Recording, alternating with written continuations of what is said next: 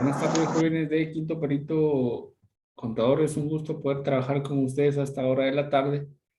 Hoy tenemos una clase muy bonita, bastante interesante, acerca del impuesto sobre la renta, ¿sí?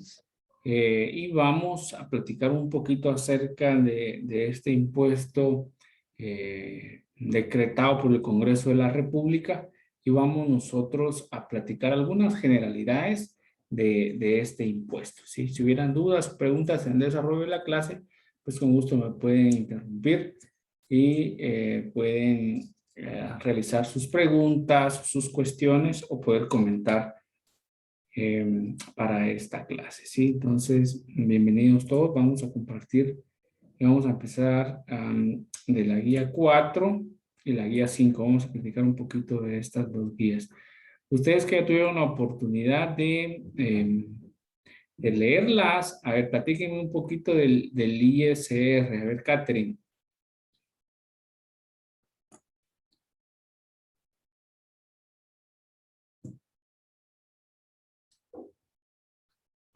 ¿Qué es lo que usted comprendió? ¿Qué entendió? ¿O qué fue lo que usted pudo comprender de esta guía?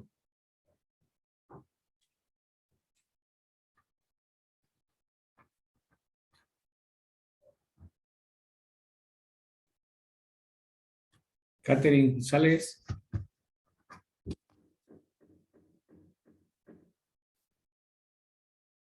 Me parece que tiene problemas ahí. Neri, a ver, coménteme un poquito. Sí, profe. Coménteme un poquito qué fue lo que comprendió de la guía 4 y la guía 5. Pues sobre el ICR, lo que yo entendí que este impuesto que recae cuando las personas realizan ventas y, ¿cómo se llama? A nivel nacional, creo yo. Ajá. Muy bien, Neri, muchas gracias. Entonces vamos a desarrollar en sí la guía número 4, pero antes de eso, recordemos que el ISR es el impuesto sobre la renta, o sea, cada vez que haya una venta, ya lo decía Neri, cada vez que recibamos dinero, una transacción por la prestación de un servicio, por el alquiler de algo, por las ganancias de algunas inversiones o cuando recibamos nuestras remuneraciones de nuestro trabajo. Entonces, vean, todas las rentas que se tengan, se tiene que pagar un impuesto sobre ellas, ¿ya? Y existen, este ISR se divide en tres grandes categorías. El primero es sobre actividades lucrativas. El segundo son sobre las rentas del trabajo y la tercera es sobre el capital. ¿Sí? Entonces son tres grandes ramas en las cuales se divide el impuesto sobre la renta. Cuando yo digo actividades lucrativas, me estoy haciendo referencia a todos aquellos ingresos, a todas aquellas rentas que yo recibo, ya sean dentro del territorio nacional acá en Guatemala, y puede ser que tengan o no tengan un establecimiento en sí comercial, pero todas las transacciones que yo haga, que me generen una renta, se clasifican dentro de las actividades lucrativas. Ahora, la otra rama son las rentas del trabajo. Cada vez que yo presto mis servicios y tengo un patrono, ¿sí? Tengo un patrono. Cada vez que yo tengo un patrono y soy asalariado, es decir, que cada mes me van a estar pagando, me van a estar pagando, me van a estar pagando mis sueldos, a lo mejor también viáticos, comisiones, etcétera, lo demás. Entonces, se paga el ISR por las rentas de trabajo. Ya van dos. Y la tercera son las rentas de capital. Es decir, todas aquellas ganancias de capital, como por ejemplo dividendos, utilidades, inversiones, participaciones o cualquier otra que pueda englobarse dentro de esta, ¿sí? Entonces son tres grandes ramas. Número uno, actividades lucrativas, ahí entran las ventas, los servicios, etcétera, ¿no? Que se hagan transacciones comerciales con ellos, ¿sí? Que haya una contraprestación. Yo doy y me dan, ¿no? La otra es la del trabajo, ¿sí? Cuando a mí me pagan, obviamente tiene que existir una cierta, o pasarse de una cierta cantidad para que yo pueda estar afecto a este impuesto, ¿no? Las rentas de capital son todas aquellas que cuando yo tengo dividendos o me pagan dividendos por mis acciones o por mis aportaciones, o por ser accionista o por ser asociado, entonces me pagan o por tener algunas inversiones o algunos beneficios o algunas otras utilidades, yo tengo que pagar el impuesto. No sé si está clara cómo están las tres distribuciones jóvenes del ISR.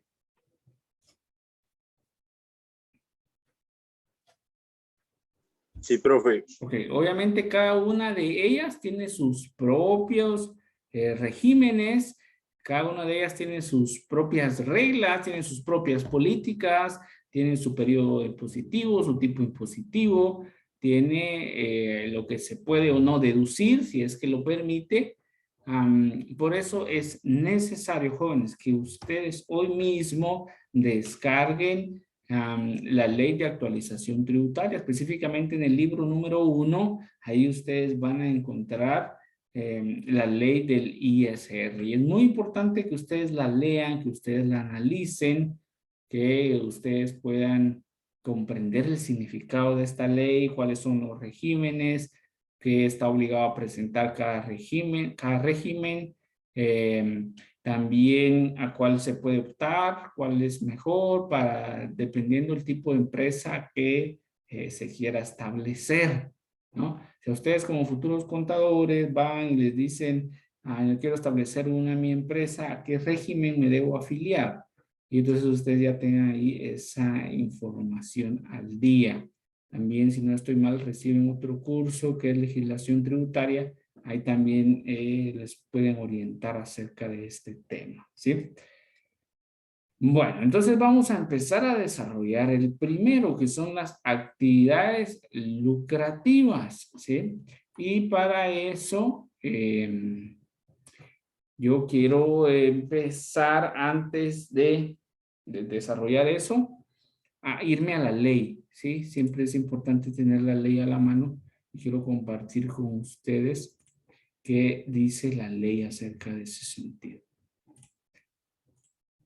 Yo descargué aquí una ley y nos dice que establece que se va a decretar un impuesto sobre todas las rentas. Entonces ahí está englobando a las tres grandes ramas que yo les explicaba hace un momento, ¿sí? Entonces, sobre todas se va a imponer el pago, obviamente, del impuesto, ya sea a personas individuales o a personas jurídicas. Cuando estamos hablando de personas individuales, yo creo que ustedes ya tienen bien claro ese término. Una persona individual no es lo mismo que una persona jurídica. Una persona jurídica es una sociedad, ¿sí? Es una sociedad y la sociedad puede tener varias empresas. En cambio, una persona individual, pues, no es sociedad, simplemente es un comerciante individual o puede no ser comerciante y también tiene que apegarse a lo que la ley establece, ¿sí? Muy bien, entonces, ¿cuáles son el artículo 2 nos menciona cuáles son las tres categorías, ¿no? Y está las rentas de actividades lucrativas que hablábamos, que de esas se desprenden los dos regímenes que vamos a ver más adelante. Están las rentas de trabajo, ahí también está la forma de cómo poder obtener la base imponible y qué tipo impositivo se le va a aplicar a nuestra base imponible. También están las rentas y las ganancias de capital, entonces son tres, ¿no? Es muy importante tener la ley y ustedes mismos pueden ir subrayando y haciendo anotaciones y estudiando su ley del ISR. Si hablamos de las rentas de actividades lucrativas, son dos regímenes los que integran esta. Está el régimen sobre las utilidades y el régimen sobre los ingresos. Cada una tiene sus propias características. Y si hablamos de las rentas de capital, pues las rentas de trabajo son todas aquellas remuneraciones que recibimos cuando tenemos relación de dependencia, cuando dependemos de un patrono, cuando tenemos un patrono y nos debemos a él, o sea que él nos paga, ¿sí?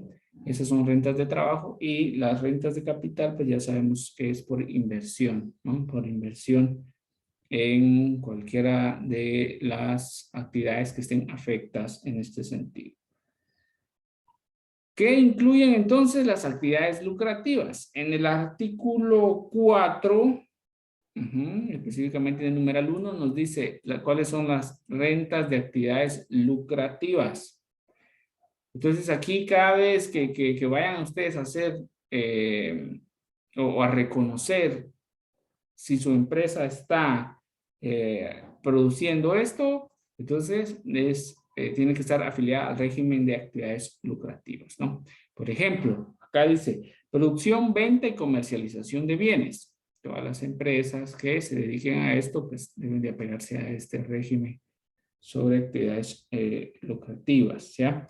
Todos los que exporten bienes, también todas las empresas que se dediquen al transporte, ya sea de carga de personas o carga de materiales, también están en este apartado, ¿sí?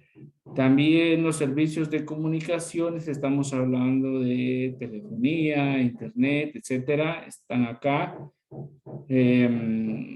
Servicios de asesoramiento, estamos hablando de personas técnicas o personas especializadas que presten esos sus servicios. También los espectáculos públicos, los círculos, los circos, los conciertos y todo lo demás, ¿sí? En sí también podían entrar en este sentido los honorarios de aquellos trabajos que se hacen por profesionales, es decir, un médico, un abogado, qué sé yo, cualquier otro profesional, pero que no tenga relación de dependencia, o sea, que no dependa exclusivamente de un patrono, sino que solo haya ejercido o haya prestado sus servicios por un momento. Entonces, ellos sí están integrados en este. Ahora, si tuvieran patronos y cada mes les pagaran, entonces ellos ya no entran acá, sino entran en la otra rama o en la otra división de rentas de trabajo. ¿Hasta el momento hay dudas aquí, jóvenes? No, profe. Ok, muy bien. Vamos a hablar ahora de las rentas de trabajo, ¿sí?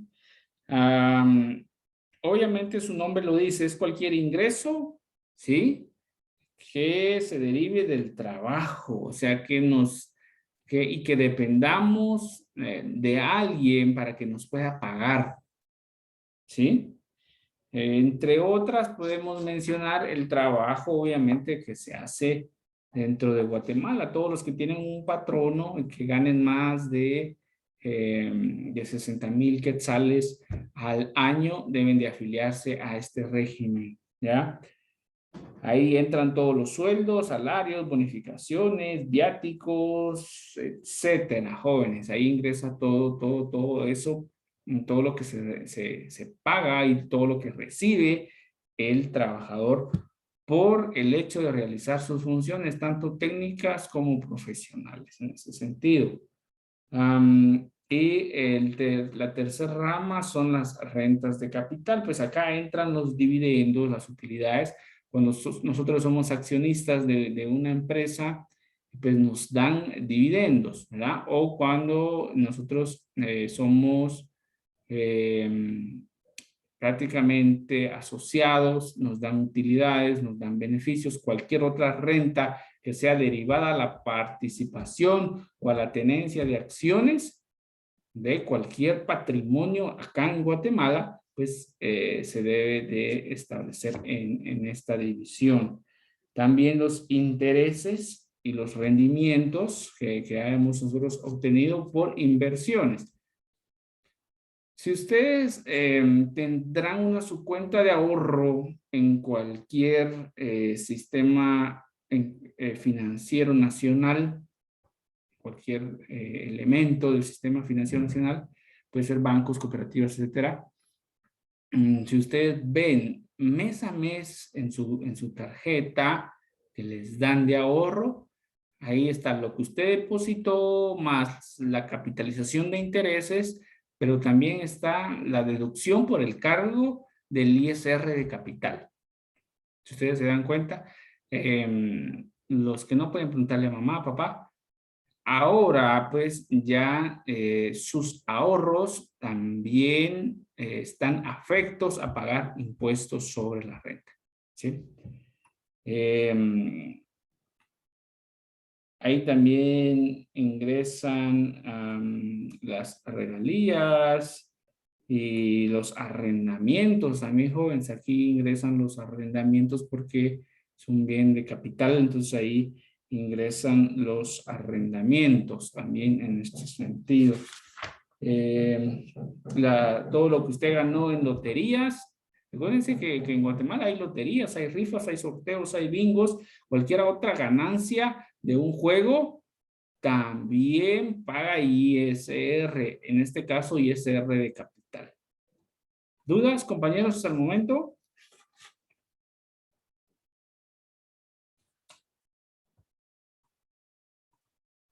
¿Quiénes? No, profe. Gracias, Nelly. ¿Quiénes están exentos de pagar este impuesto? El artículo 8 nos dice quiénes son. Vamos a ir al artículo 8. ¿Quiénes están exentos de pagar este impuesto? Bueno, todos los organismos del Estado, sus entidades descentralizadas, autónomas, municipalidades y las empresas de las municipalidades. ¿Sí? Todas las universidades, los centros educativos, las iglesias y demás que menciona el artículo 8. Ellos no deben de pagar ISR.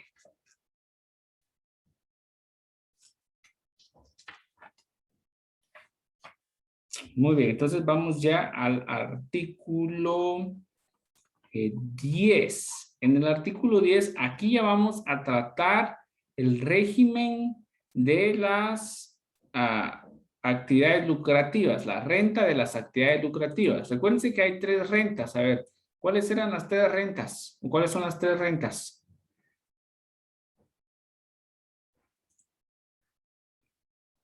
A ver, jóvenes. A ver, Karina.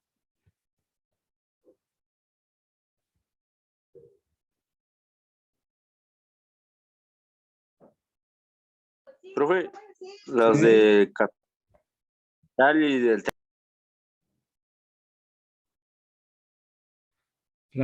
Ok, vamos a recordar.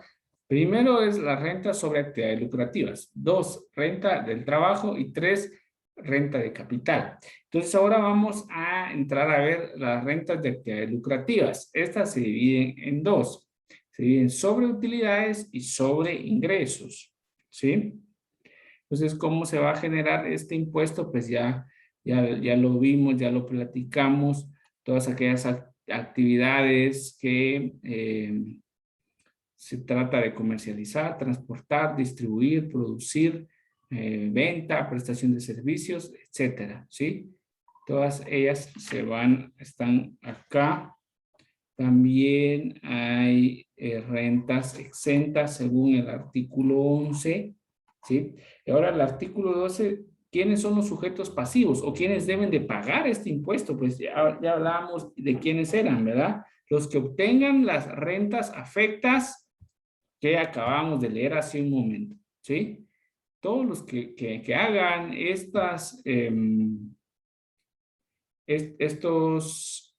rentas tienen la obligación de afiliarse a este régimen y de pagarlo, ¿sí?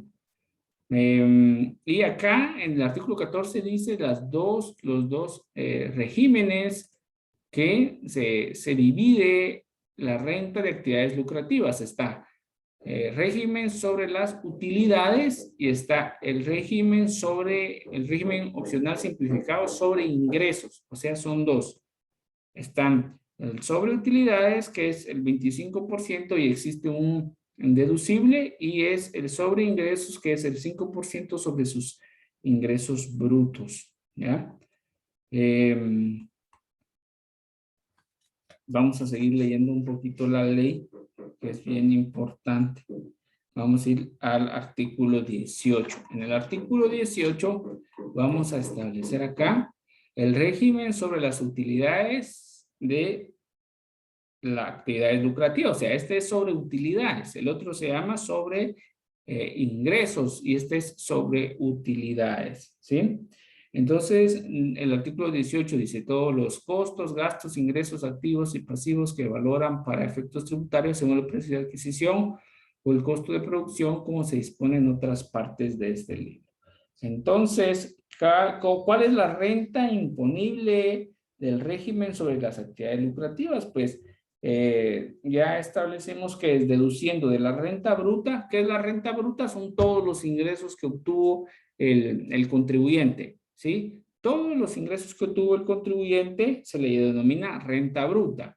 Entonces, vamos a deducirle a su renta bruta las rentas exentas. ¿Cuáles son las rentas exentas? Son todas aquellas deducciones que se les puede hacer a esas rentas brutas que obtuvimos, ¿sí? O sea, la ley permite deducir ciertos costos y ciertos gastos que la empresa o que el contribuyente tuvo que realizar para poder obtener esas utilidades. Entonces, sí se puede deducir.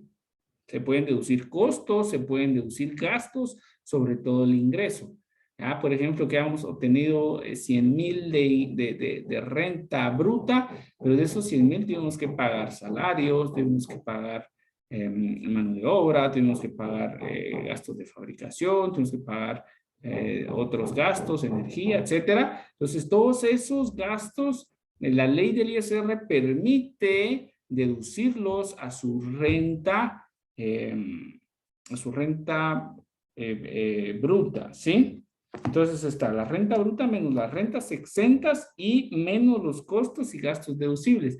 Hay otras rentas que nosotros obtenemos que se tienen que deducir de las rentas brutas. Entonces están las rentas brutas, pero de esas rentas brutas obtuvimos algo que no se lo debemos de sumar, que son las rentas exentas. Y de estas rentas exentas, lo que nos quede, le vamos a restar costos y gastos deducibles. El artículo 21 nos dice qué costos y gastos deducibles se pueden emplear para realizar la operación que habíamos dicho antes. Está el costo de producción o el costo de ventas, ¿sí? También están todos los gastos, dice que incurridos en la prestación de servicios, todos los gastos de transportes, combustibles, lubricantes, sueldos, salarios, bonificaciones, comisiones, otras, y como el aguinaldo, las cuotas laborales, las cuotas patronales, las indemnizaciones pagadas, las depreciaciones, los seguros, los arrendamientos, las mejoras, los intereses, algunas tasas, contribuciones, gastos de mantenimiento, depreciaciones, amortizaciones, cuentas incobrables, donaciones, viáticos, honorarios, regalías, gastos de organización y cualquier otro gasto general. ¿Sí? Todo esto se le puede deducir a nuestras rentas netas. Tenemos rentas netas menos las rentas exentas, menos los costos y gastos deducibles. Pero también en el artículo 23 nos dice cuáles son los gastos no deducibles. Hay gastos que también no debemos de deducir. Y el artículo 22 también nos establece qué requisitos se debe de cumplir para que se puedan deducir lo que leímos anteriormente, ¿sí? Por ejemplo, que todo lo que leímos de los costos y de los gastos que sean útiles, necesarios, que haya un medio de respaldo, como por ejemplo facturas, testimonios, recibos, notas de débito, etcétera. Y debemos de tenerlas siempre a la vista y a la mano para que podamos hacer la deducción correspondiente, ¿sí? También establece cómo va a ser el cálculo de la depreciación en el artículo número 26. El artículo número 26 nos establece los medios o las formas de que es de cómo se va a calcular la depreciación. Recordemos que los bienes tangibles sufren de depreciación y los bienes intangibles sufren de amortización. O sea que es la deducción del valor por el desgaste natural que se ha dado por el transcurso del tiempo y por el uso, ¿ya? Y entonces también tenemos cómo se va a calcular y también están los porcentajes de la depreciación. Acá están los porcentajes, muy importante que lean todos esos artículos jóvenes, ¿sí? Entonces ya en el artículo 36 nos dice, ya para ir cerrando esta parte del régimen sobre actividades lucrativas, sobre utilidades. En el artículo 36 nos dice que ya teníamos las rentas brutas menos rentas exentas menos costos y gastos deducibles, nos va a quedar un valor. Por ejemplo, si teníamos 100,000 en rentas netas, teníamos 30,000 en rentas exentas, me quedan 70,000. De esos 70,000 tengo 50,000 de costos y gastos deducibles, me quedan 20,000. Esos 20,000 que me quedaron yo lo voy a multiplicar por el 25%. Y eso es lo que tengo que pagar. O sea, el tipo impositivo es sobre el 25%. ¿Ya? El periodo de liquidación es anual, empieza del 1 de enero al 31 de diciembre, según el artículo número 37, pero se pueden hacer pagos trimestrales. Sí, el artículo 38 establece cómo se deben de realizar los pagos trimestrales en ese sentido. Y luego pues ya tendríamos que presentarlo ante la Superintendencia de Administración Tributaria. Luego tenemos en el artículo número 43, tenemos el otro régimen que nos habla que son sobre ingresos, ¿ya?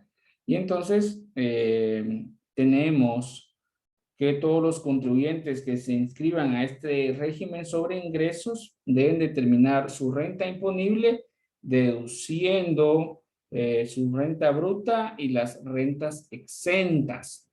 Todas aquellas rentas que obtuvimos a lo largo del periodo menos las rentas exentas. Acá sí no hay costos ni gastos deducibles, ¿ya? Por ejemplo, teníamos 100,000 de rentas brutas menos 30,000 de rentas exentas, me quedan 70,000. Aquí sí no voy a deducir ni costos ni gastos.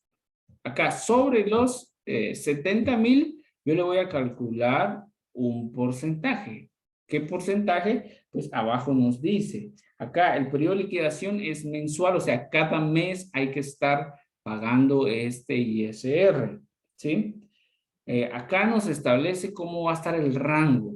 Si mi rango imponible es de 1 centavo a 30,000, yo pago el 5% sobre esa renta imponible. ¿Cuánto nos salió a nosotros? 70,000. Entonces 70,000 sí están acá en la segunda. Dice que son de 30,000 con 1 centavo en adelante. Yo le sumo el importe fijo que son 1,500. Es un importe que se le debe sumar. Y sobre el excedente de los 30,001 en adelante, yo le tengo que calcular el 7%. Y ya le sumo al 7% en 1,500. En la guía 5, si no estoy mal, viene un ejemplo de esto. Entonces, es bueno que lo revisen para que ustedes puedan recalcular sobre el ejemplo que se que se les presentó, ¿sí? Y tiene otras generalidades este impuesto de cómo es que se va a pagar y debemos nosotros de leer esos artículos. Vamos a ir así un poco más rápido al artículo 68. En el artículo 68 nos va a hablar un poquito acerca de la segunda categoría de las rentas. La segunda categoría de las rentas era las rentas de trabajo, ¿sí? Y en las rentas de trabajo es todo ingreso en dinero, ¿verdad? Que se recibió en relación de dependencia. Estamos hablando de sueldos, bonificaciones, comisiones, viáticos, aguinaldos, bonos, etcétera, ¿sí? Pero hay rentas exentas. ¿Cuáles son las rentas exentas? Muy bien, en el artículo 60 en el artículo 70 establece cuáles son las rentas exentas, ¿sí? Están las indemnizaciones, los gastos de representación, viáticos, aguinaldo, bono 14, pensiones y todo lo demás se le debe deducir a mi renta bruta para que me dé mi renta imponible.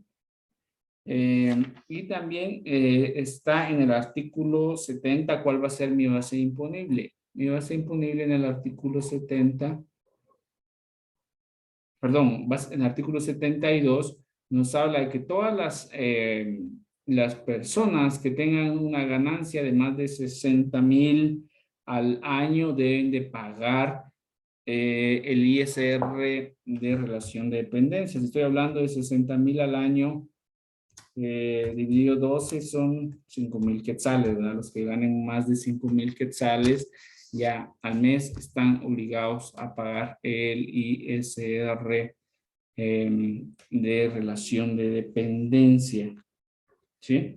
Entonces, el artículo 72 nos establece que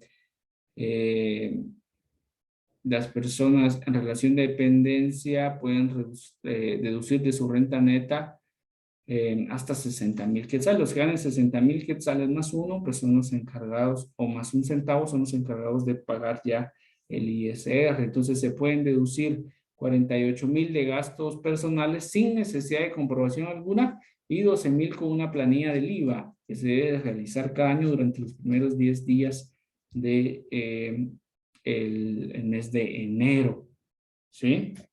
Y entonces, una vez, también se le puede deducir donaciones, las cuotas laborales y algún seguro que tenga el trabajador. También hay tipos impositivos, o sea, los trabajadores que ganen desde 1 centavo a 300,000 tienen que pagar el 5% de su renta imponible.